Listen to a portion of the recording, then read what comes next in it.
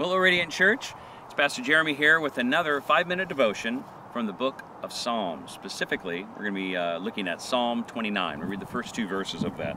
Ascribe to the Lord, O heavenly beings, ascribe to the Lord glory and strength. Ascribe to the Lord the glory due his name. Worship the Lord in the splendor of holiness. There's something wonderful that occurs in our hearts when we agree with heaven.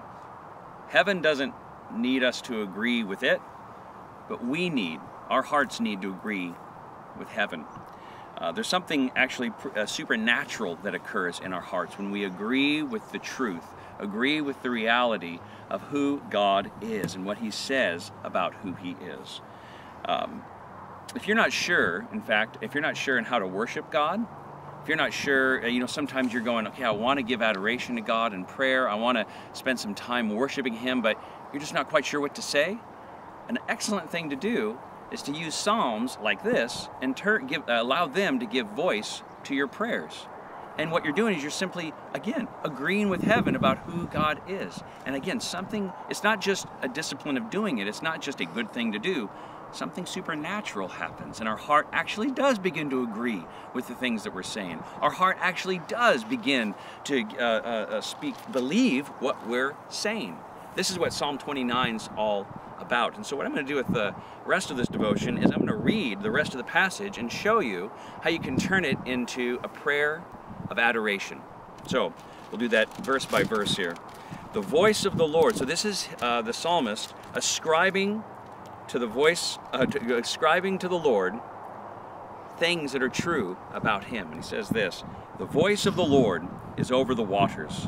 The glory of God thunders. The Lord over many waters. The voice of the Lord is powerful. The voice of the Lord is full of majesty. So you read that and you say, Lord, I agree. Your voice is full of majesty. When you speak, things happen. You spoke the world, all the universe, into being. Lord, your voice is powerful. You are powerful.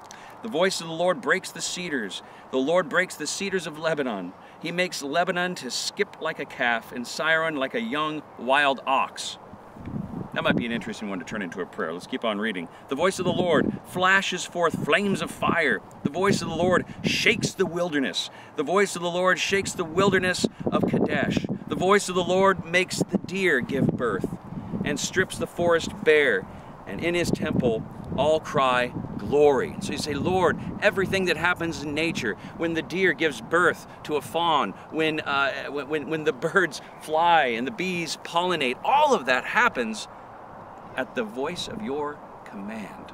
This is true, Lord. You are the master of the universe. You are the God of all creation, and in you I find rest. Because we find rest when we recognize that God is who he says he is. He goes on and ends with this. He says, the Lord sits enthroned over the flood. The Lord sits enthroned as king forever. May the Lord give strength to his people. May the Lord bless his people with peace. And you would pray, Lord, you are enthroned over all things and everything. And Lord, I pray that you would give strength to your people. Give me strength today to do everything you've called me to do. Lord, I pray that you would help me to walk in your blessing and to be a person of peace. That's how you do it. Ascribe to the Lord the things that are true and turn them into prayers. So give it a try today and see what happens. Blessings on you.